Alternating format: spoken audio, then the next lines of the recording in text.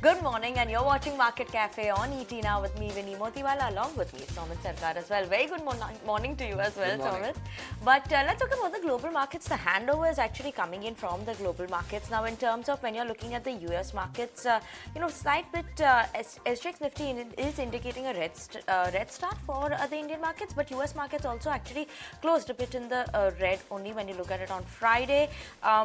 They saw weekly losses coming in last week as well, snapping the two-week winning streak as investors were weighing some of the inflation data that did come in ahead of the Fed meeting that we'll be watching out for this week as well.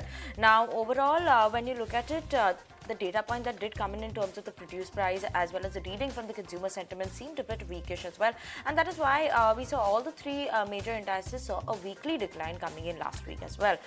In terms of just last week data points coming in, we had the US markets that actually closed down by around the Dow Jones closed down by almost 1% in trade, S&P 500 down almost 0.7% in trade, while the Nasdaq is also down as much as 0.7% in trade. Stock futures showing a bit of a flat to a slight bit of a slip actually coming in for the beginning of this week as well. And key inflation data is on the deck as well as the Fed meeting that we are watching out for as well.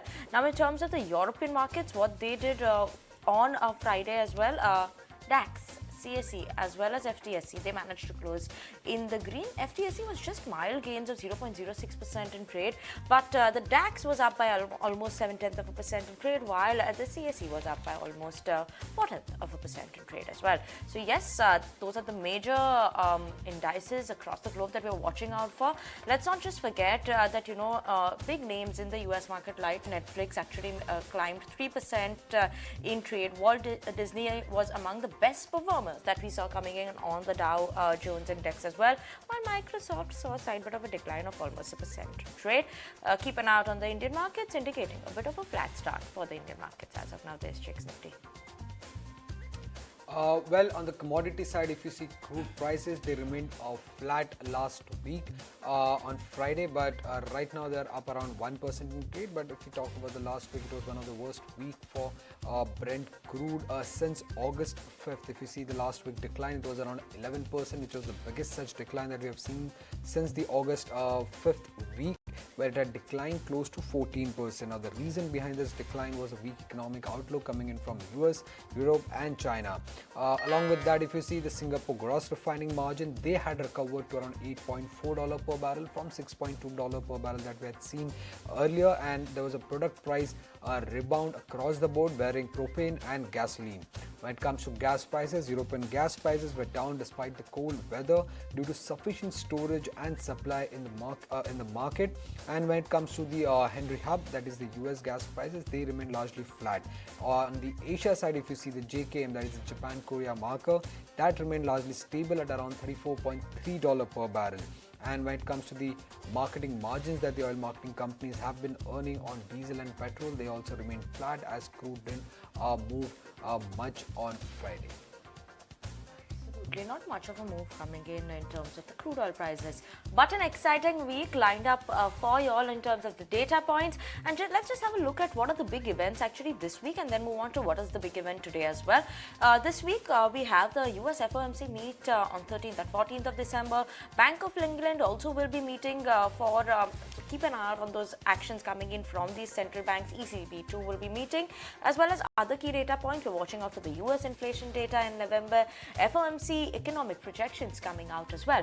And just on the India front, let's not forget we have the IIP data, that's the India industrial production data, as well as the CPI data today coming in as well.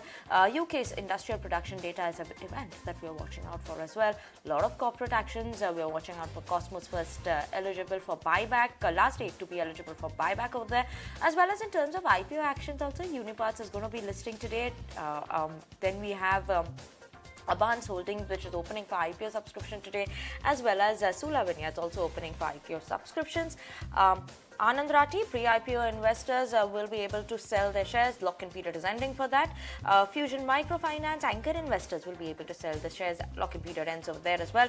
Mercantile Bank, as well as Bikaji Foods and Global Health, all these anchor investors also for these companies will be able to sell their shares as the lock-in period is ending. So an exciting day lined up for you all, even in terms of events as well. Well, that means a busy week for the IPO markets and also for the bankers. However, moving on, there will be a substantial reduction in the US inflation in 2023, and this is according to US Treasury Secretary Janet Yellen. Now, she did, however, flag the possibility of lower inflation being threatened by an unanticipated shock. Asked about the likelihood of recession, Yellen said that the risk lingers. And update coming in from China is that China is making fast inroads in the market for new build LNG tankers. Now, LNG tanker order books for Chinese yards tripled. 3 Chinese shipyards are on nearly 30% of this year's record orders for 163 new gas carriers.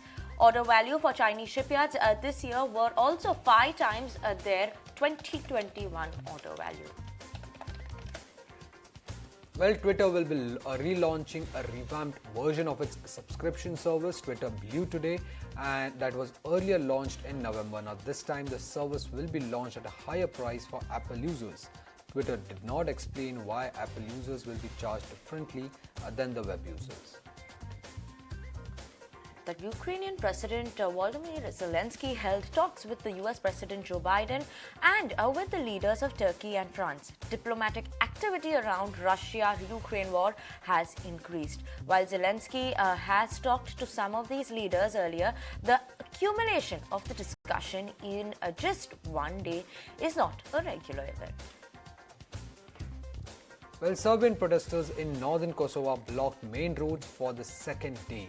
Now, this was after a nighttime exchange of fire with the police after the arrest of the former Serbian policeman. Now, Serbians in northern Kosovo have responded with violent resistance to moves by Pristina that they see as anti-Serb. Kosovo declared independence from Serbia in 2008. And heavy gunfire and artillery shelling by Afghan border forces killed 6 civilians across the border in Pakistan. Afghan security sources said that the clash started after Pakistan forces demanded that Afghan forces stop building a new checkpost. The busy Afghan border crossing at Chaman was closed for some hours before reopening.